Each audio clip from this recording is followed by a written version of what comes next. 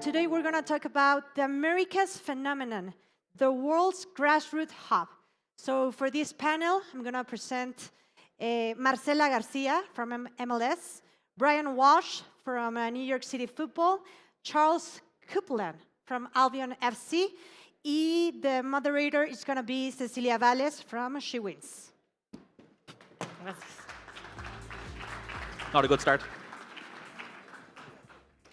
So welcome. Thank you for being here. We know that after lunch it's a little bit complicated sometimes. We all want a little bit of a nap, but grateful that you're all here. For the past day and a half, we've been talking about the football industry. We've talked about technology. We've talked about how the future is female, how we need an investment in women's football. We've talked about the coming World Cup and a lot of topics, but I think it's important, this panel, because we will be talking about two main actors, which are the players and the grassroots, and how we are growing the game from the grassroots, and also the fan engagement. So, Marcela, if you want to start telling us a little bit of what the MLS is doing around fan engagement and growing the game in the United States. Hi, everybody. Yes, so I have the pleasure to lead a property called Leagues Cup. And Leagues Cup is a joint venture between MLS and Liga MX, where we give the opportunity to all 47 clubs to play on a world-style tournament sanctioned by CONCACAF and FIFA in North America to really connect with the growth fan base of soccer in the United States. So with this, we see a massive opportunity to be able to tap into the growth of the younger generations who tends to be more connected with soccer. And we know that the majority of that growth comes from the Hispanic audience. The Hispanic consumer in the US represent the growth of the population, and the younger segment is the one that are more connected with soccer. The heritage of this audience tends to be mainly Mexican American. So it's very important for us to be able to connect with the heritage of this audience. And by creating a tournament like Leagues Cup, we're able to really bring that to the fans in US, where they're able to connect with the club from Mexico, play in the US, and also give them the opportunity to clubs that are probably don't have like a big international exposure, the opportunity to have that exposure on a tournament like Leagues Cup.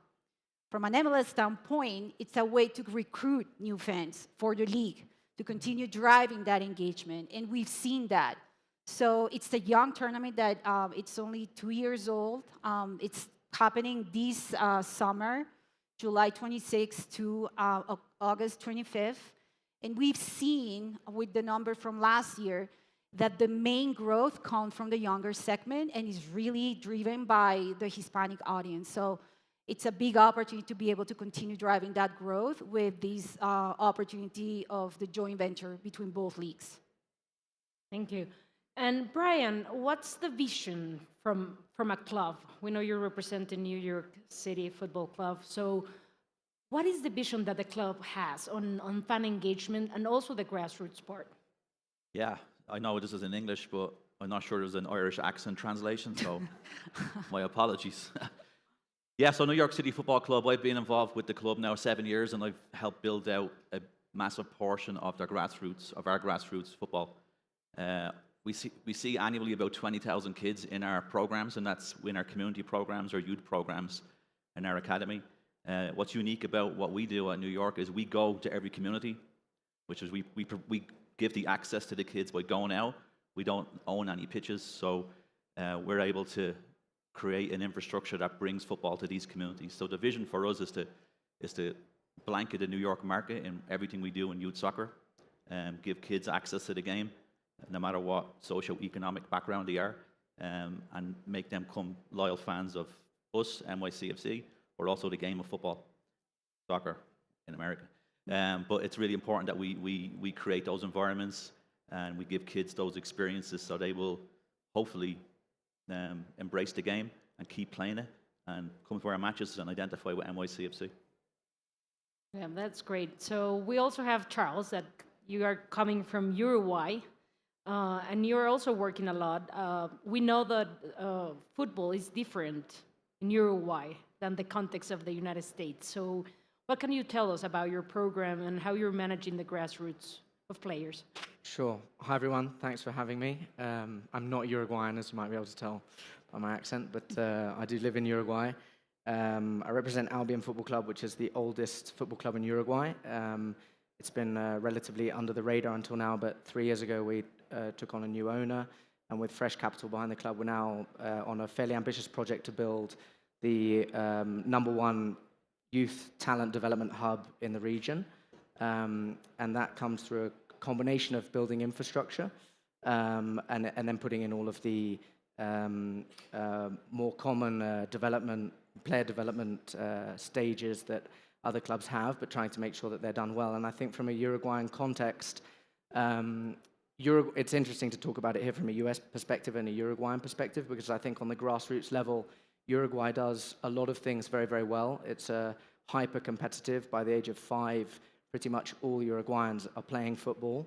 And it has a baby football league that is in every village, every town, every city, and you can see 5- and 6-year-olds playing football as if their lives depended on it. And so the grassroots community outreach is, I would say, 100% saturated, which you don't get in many other countries. Where maybe there's a fall down and is that clubs today, and also the economic situations of clubs have very different contexts.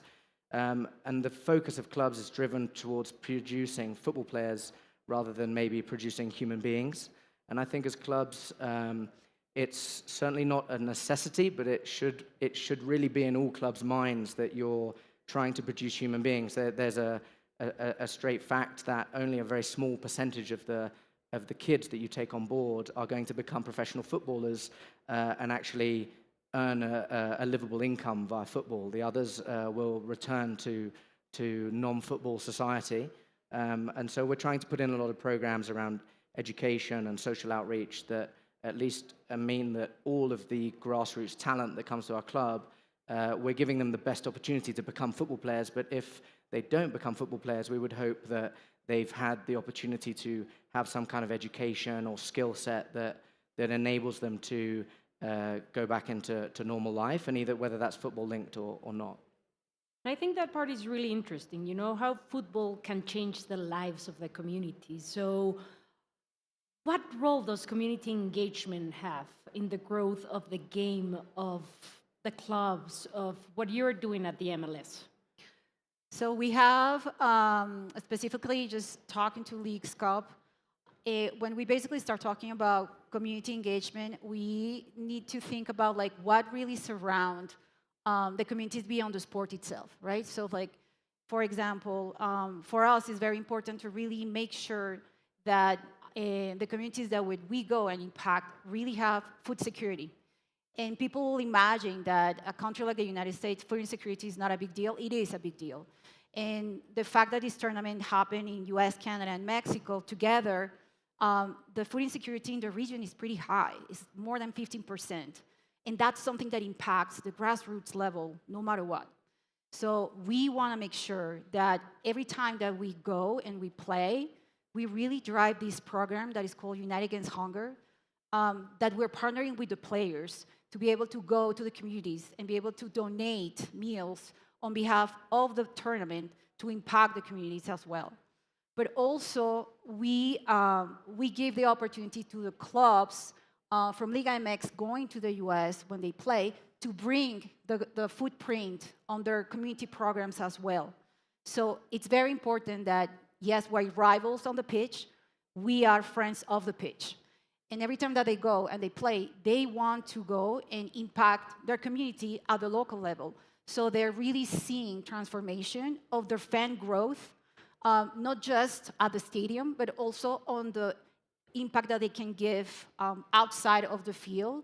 And right now, the 18 clubs of Liga MX playing in the US during the tournament, they're building their community programs to be able to leave their footprint when they go, which is a way to continue driving engagement with the fan and also show there is also a tournament that is, a force for good, which is what we're looking to do. Yeah, and Brian, we were talking about all the community programs that you have and the different categories that you have for players. Can you tell us a little bit more about that, how it works within the club? Yeah, for sure. So we have a pretty big youth football infrastructure. We have 3 departments in youth football. We have our community program, we have our youth program, and we have our academy. So within those 3 programs, they represent the very entry point of a 5-6-year-old into soccer to the elite of youth soccer in the country. And in those 3 departments, we have, I think I mentioned, 20,000 kids annually will rotate through us, which is a tremendous amount of players. It could be more, but the infrastructure we need to do that would be available pitches, which is scarce in New York City and the surrounding areas, and then coaches. You got to make sure we have the appropriate coaches at the appropriate level. So within that we have talent identification. We have summer camps, clinics, community programs. As I mentioned, we go to schools. We do after-school programs. We work with local leaders to give back, to create leadership programs for kids in communities, and we try and just give these kids the best experience possible under NYCFC. And Charles, we were also talking about the importance of creating human beings within these grassroots and these programs, not only football players. So can you tell us a little bit about the community program, the education community program that you have at Albion? Sure. So at Albion, we've tried to make the social or holistic element of youth training a reality, because I think all clubs speak about holistic training and a social element, but I think unfortunately very few execute as well as the marketing person might project. And so as an example of that, very recently, and only really 2 weeks ago in Albion, which is something we've been building to over the last 2 years, we put in a policy that if our players have too many academic subjects that they're failing at, we don't allow them to compete on the weekend. And as you can imagine, especially in a context such as Uruguay, that creates quite a lot of noise inside the club, inside the players' households, and also outside of the club. But I think as long as there is the right support network, which is, again, the club takes responsibility for that. We have extra tutorship. We actually subsidize 75% of private schooling to a lot of the kids that we take in from rural areas in the country, so they're able to get a private education. And we judge whether I think the one thing to highlight is we judge whether they play or not necessarily on the academic marks, but on the effort that they're putting in. So if we can see that they are attending class and applied to their education, then obviously, we give them all of the support we can, and we allow them to play, because the priority is still for them to become footballers, but we try to take a balance between football and education. I love it. Another question, how can we leverage the growing interest that there is in football in the region among younger, more diverse audiences? And how can we develop the sport from the grassroots level to get this kind of new, younger, diverse audiences? So I think the difference in the US versus, to be honest, in any other country is the competition of sports that we have. The US is dominated by sports, by American football, by basketball, by hockey, by baseball, by you name it. So we need to fight for attention. And soccer is part of that, but it's not the leader, like here, for example. So we are basically, having multiple things. So on the Brian, for example, is responsible to really create, the engagement from a grassroots level with the kids, right? But not all the kids are going to be professional players. But he's building fan on that side. What we need to do, and that's what we're doing at the league, and a tournament like Leagues Cup, is be able to really take that and be able to demonstrate the power of soccer.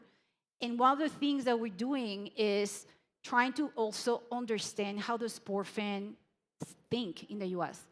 In the American sports, it's all about points. It's all about fast pace. It's all about no ties. It's very fast and quick, right? And soccer is not like that. And that has been a challenge. So a tournament like Leagues Cup, which is 1 month between the biggest leagues in the region, where there are no ties, that every game has something on stake, helps to create that level of engagement, helps to create that level of excitement, that it helps also to be able to bring the sports to drive like more energy. And that's a way that you can connect with the younger generations that are more used to these fast-paced sports with a tournament like Leagues Cup. So we take that basically psyche of the big football, a global a World Cup style tournament, which is what we're doing, and putting it in 1 month in the US with the similar approach that the other leagues have to be able to drive the level of engagement. So it's a way to kind of adapting a little bit of what soccer is on a month. So both leagues stop, they play the tournament, they basically have 3 teams go and qualify to CONCACAF. We've seen numbers that the engagement and viewership never stop after the teams disqualify. They continue watching the games because it's really exciting, it's engaging, and it's entertaining. And that's a way that we're able to really captivate and continue driving growth at the fan level with Leagues Cup. So we understand like MLS like sees the whole picture, but the clubs like are more locally seeing what they can do. Like what is it that you're doing to get a more diverse audience, to get them to the stadiums, to get them involved in football? So New York, there's no shortage of diversity. It's like every background, every language is in our backyard, which is amazing. So what we do in the youth soccer space is we create, as I said earlier, we go to these communities and we bring soccer to them. And because we don't own any pitches ourselves, we have to. So we have to partner with local leaders, local schools, and we bring coaches from their communities, and we educate their coaches to provide soccer back to the community. So, and then hopefully those programs inspire kids to come to the stadium. The US is an amazing country for soccer. There's not a shortage of organized soccer in the country. There's every age, every level. There's tournaments, there's everything you can imagine in the States. For the US, for in my opinion, to really, it's somewhat too organized, if that makes any sense. The kids have specific times to come to soccer, and it's not necessarily best for development. What I see as a potential opportunity to grow the game even more with this new wave of momentum that we have is to engage with parents, show them their value in the players' development. If we educate parents and make them our ally in the game, they could reinforce our values, our educational values, our people values, our playing values at home, so the kids can play the game at home. Because a lot, particularly in my region, in the New York area, in the suburbs of New York and the city, kids are only playing in their designated training times with their teams or with their coaches with us. For America, or for kids to really develop that imagination of the game, improvisation of the game, they have to play at home. They have to create those environments with their friends, create the rules. That's where that creativity is going to come from. Sometimes training sessions are too structured. I watch training sessions all over the region, and the coach is too structured, is too organized, and it doesn't allow kids to express themselves. So if we can get parents on board to understand and to be the catalyst to get their kids out and play with their friends, to create those play dates like the Americans love to call it, that's going to be a massive game changer in the country. Youth football is massive, but it's that ability to play the game outside of their designated times is what's going to separate the youth player advancing in their love of the game and their ability to play the game. Great. Sorry. And Charles, tell me, we understand that in Uruguay it's a little bit different how things work because they eat and dream and play soccer like we do in Mexico. And it's, well, mainly the first sport that kids tend to do, if I'm not a little bit biased, which I might be. But how is it that you try to attract players from different places? How do you do the grassroots? Sure. So it's definitely different, and it's very interesting to hear the context because we're at the other end of the scale. Kids are almost playing too much football, and a lot of it is informal, and they're all playing. So and that leads to the on-pitch results as well. I think how we try to talent capture, if that's what you would call it, in Uruguay the talent capture laws are around 13 years old. When a player signs up for a club at the age of 13, it's not a contract, but they join the club's retention list, or liste de retención. And they stay with that club from 13 years old to 19, or at least their 18th birthday.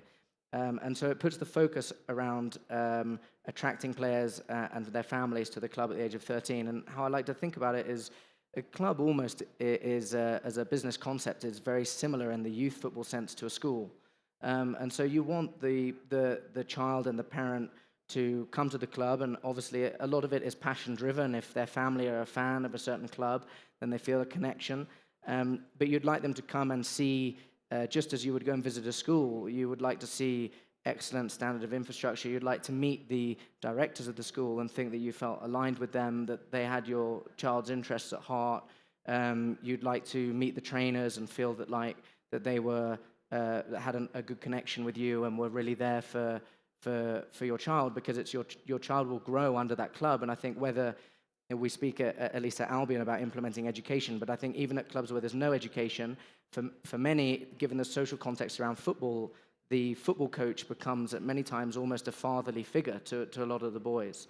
And so it's really about trying to offer to the child and the parent everything you can so that it becomes a very natural decision for them. One on infrastructure, on training quality, on training methodology, on the culture of the club, and maybe the kind of ethics around the club as well. And hopefully that combination leads you to also find like-minded families and children that then come to the club. Great. And another thing, my friend Carlos, I don't know if he's here, but he was really curious about this question. And we've been talking about how the future of the sport is female. And I wanted to ask you, the three of you, like, your programs, do they have like a gender lens? Are you focusing on getting more girls to the pitch or working with more women? Like, how does it work in your programs? So anyone can answer, so. So on my side, I'm all about building and recruiting fans, right? So that's my goal. I'm responsible for the marketing side on the league. And we see the numbers every day, especially back to the younger demographics. There is like a high level of growth on the women's side who love soccer. So soccer is not a male sport. Even on the male league, a lot of audience base, it's women.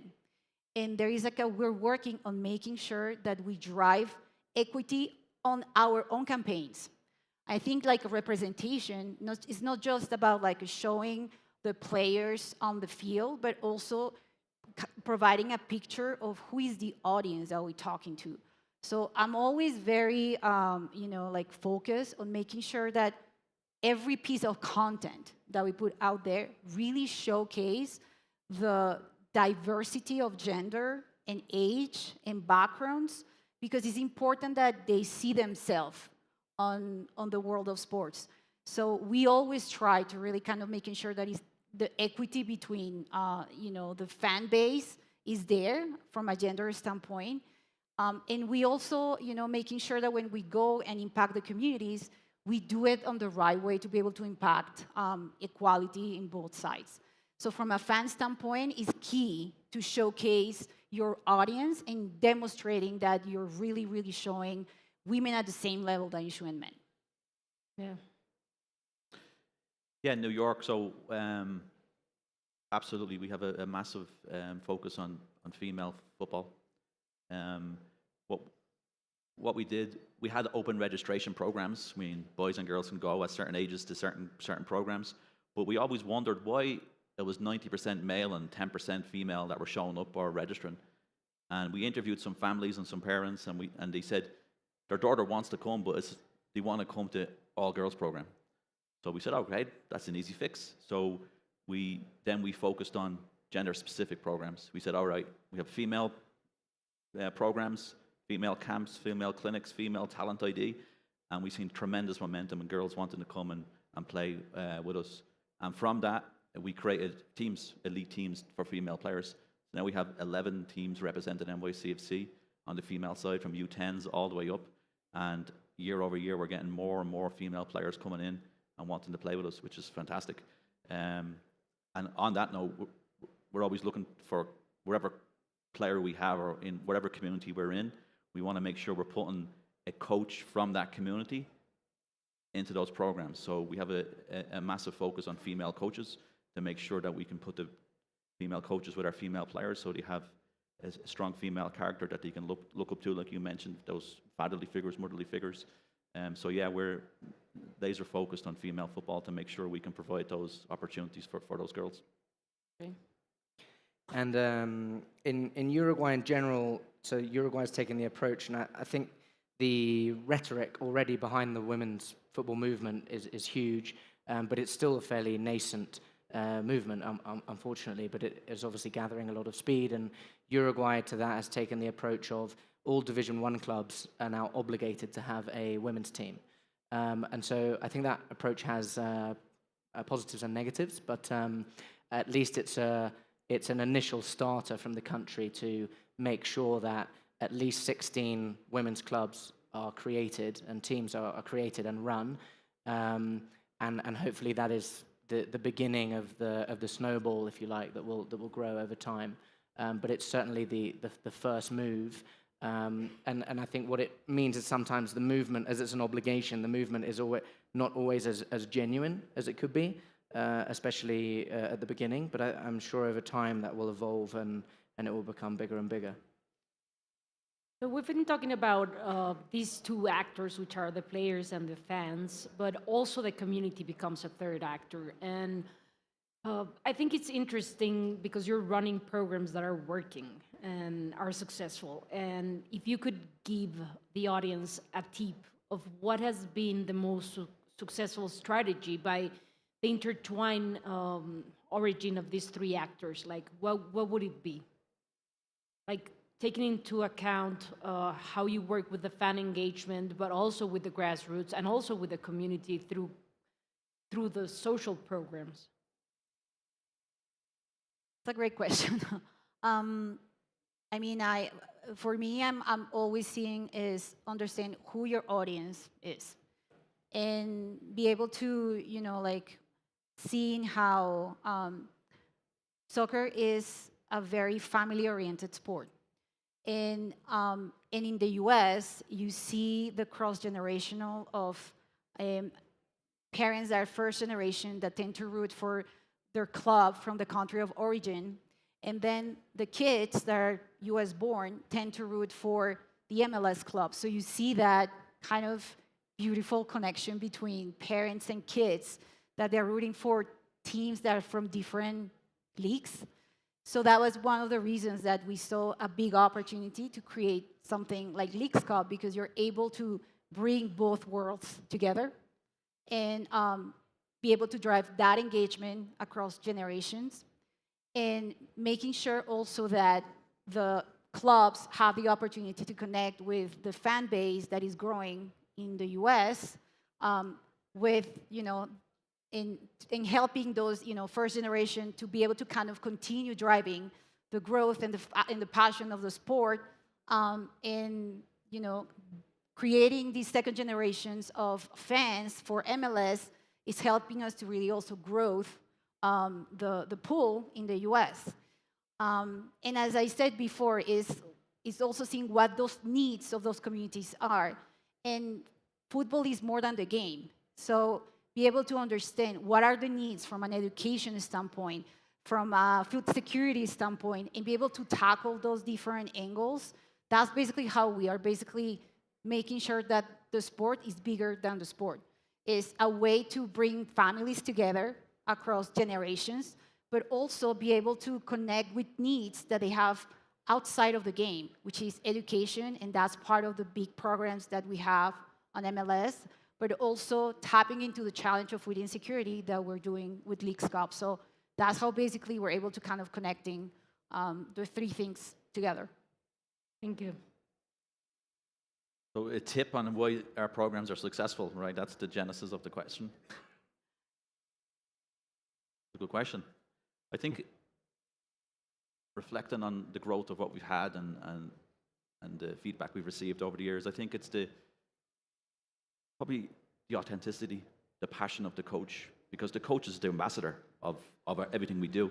You know, we could work all the hours behind the scenes making sure the equipment gets there, the lights are on, the referee shows up, but it's the coach who is giving football to the kids, their passion, making sure that it's the appropriate age, they're teaching the appropriate level. So I think the coach is definitely probably up there with everything to make sure our programs are successful. And the appropriate coach, you know, you don't have to have a pro license. The coach, you need to, when I look at coaches, especially in grassroots, it's personality, making sure they're able to relate to the kids that's in front of them. We can always get them their credentials, we can always get them trained and the methodology and sessions, how to run training sessions, but what's very difficult is to teach personality, and that's what kids love. They love to make sure they're coming to train and their coach is there. You know, I tell my coaches, if the player comes back next week and the following week and the following week, we're winning. Whatever you're doing is successful, so keep it up. So that's huge in terms of creating successful programs as the coach, but also relationships within the community, because the community programs, the community leaders will help you out tremendously. Getting access to fields, look, we've no fields. I think I said it 12 times. So it's extremely difficult for us to activate on pitches because there's an abundance of other clubs trying to do the same thing we're doing. But making sure that we're providing resources to communities, whether that's education, whether that's building mini pitches for communities. We've built over 50 mini pitches in New York City to give back to communities. That allows us to build that relationship, to have that connection with the club, with local leaders, and in turn they become fans of us. So, but I think coaches' relationships and creating that experience for kids, I think, is probably what makes our program successful. And yeah, I would say for the project as a whole, just for it to be genuine, for me is at least the approach that we try to take at Albion. I think in football in general, there's a lot of crossed economic interests, maybe a lot of coercion at times, and whether that's outreach into the community or whether that's attracting talent to the club. And I think we just try to let the individual player or their family at least make the decision by themselves. We try to present an open book and let them evaluate the club in a very open way. And if they choose us, fantastic. And if they don't, then it's no problem at all. And the same with the community outreach. We do outreach programs and scouting camps across the country. And there's always a hesitation from the local communities. They're used to clubs, at least professional clubs, coming in and just taking players and sort of never coming back. And we try to at least provide materials or infrastructure or coaching programs to the local communities. We have people in our club that are from those communities. They also go as part of the outreach program, and in an open way, if players come to us and then decide that they want to go back, then they can absolutely go back. And I think just the genuine open book approach is often not used it's certainly not in professional football, and maybe also not in youth football. And I think that it's a value that I feel has a certain power to it to attract in the correct way. Yeah, and I love it. We at She Wins have also understood that creating safe spaces, it's really important for girls to come back, you know, like creating the role models, as you said, with the coaches, but also creating these safe spaces, which take us to a whole different panel of safeguarding and other topics. But I would like to open the floor if anyone has any questions for our panelists. So there is one thing that I want to, build on what Brian was saying about in the US, the importance of really, honestly, like partnering with the parents, because the parents at the end becomes the ambassador or the influencers to make sure that the kids continue driving the growth of the sport. And our responsibility is to make sure that when they go, they feel that it's a great atmosphere, that it's like a family inviting and welcoming environment for them, because that's at the end what is gonna, we were talking about it, what is the first game that you remember when you were a kid? And those memories matter a lot. So be able to really continue driving that, great experience on the stadium, on the field, see them reflected, allows parents to also gain more confidence, to be able to, bring more their kids to training camps or incentivize more the game at younger age. So I do believe that there is a big opportunity in the US to be able to really teach the parents about the value and the importance of the sport by continue driving like a family-focused experience that they feel safe and they feel exciting. That's something that the kids are going to remember. So I feel like that's a massive opportunity that we need to continue driving and growing from a league standpoint and from a club standpoint. Ma'am. Yeah, as I mentioned earlier, the parents are so important in the development of the player and obviously the person. If they're coming to training with us, it's probably a couple of hours a week, but they're with their parent every other hour. So if you can get those parents on your side and make them allies of what you're trying to do, it just comes down to communication and education. It's not a lot. The American parent is very eager and very interested in their child's sports and educational development.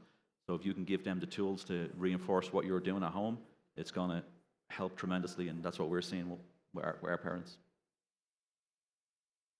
I'm not sure if I have anything to add, really. Okay, I think so. perfect. So do we have any questions from the audience?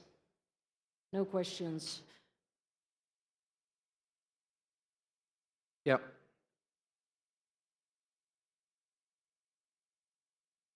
They have a microphone there. All right, thank you. Wow. One question I have is, I used to play soccer in the U.S. when I was a kid. I think on a youth level, it's probably one of the best countries in terms of what's established, right? I'm Spanish, so compared to what we have in Spain, just all the structure that you mentioned is huge, and I think the talent's there. It's such a big country. What is kind of blocking, kind of the feeling that we all have that why isn't senior, on a senior level, why doesn't that youth develop into a level of like the Uruguayan senior level, right? Like, what do you think is blocking it? So on the female side, No, on the men's side. On the of men's course. side, because the women's team are outrageously good. On the men's side, I think it goes back to, I think on both sides, I think it goes back to just playing more. Sometimes it's just too organized, it's too structured, And the American child is, especially I can't talk about other regions or other areas of the States, but where I am, and some of the kids that we're dealing with outside of our elite programs, they're kind of overcommitted to other things. Soccer's a 2-hour activity, on a Monday and a Wednesday, and then there's baseball, there's basketball, lacrosse, there's piano.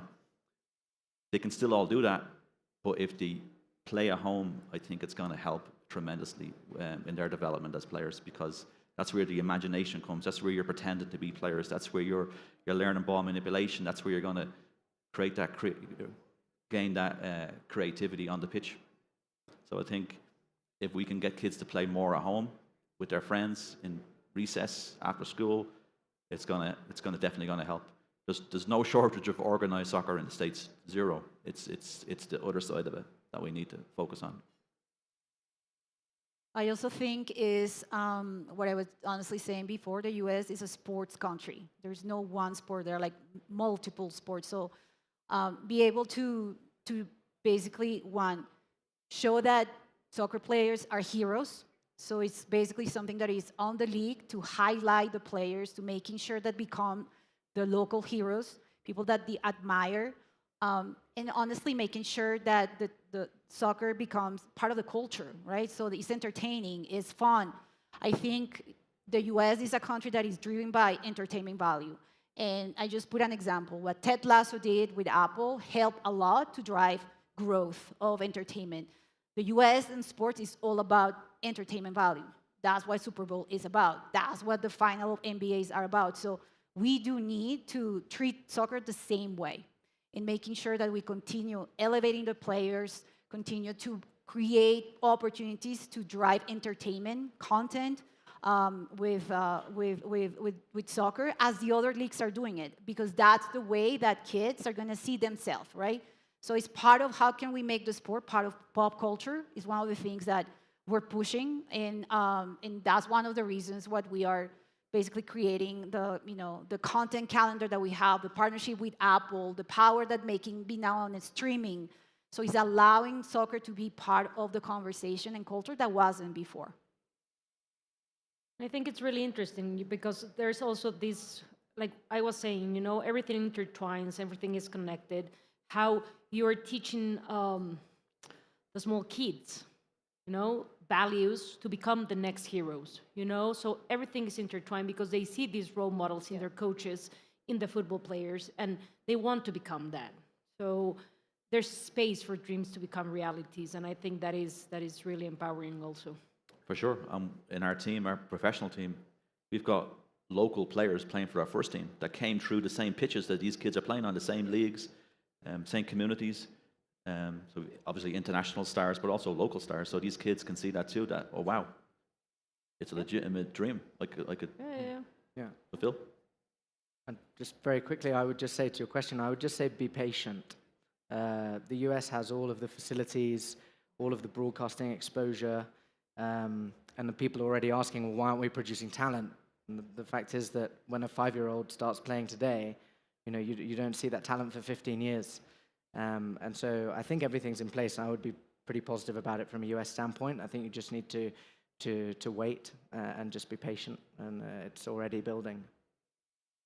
Well, our time's up, so I don't want my head rolling around here. So thank you for being here. Thank you all for the panel, and we can continue the conversation outside.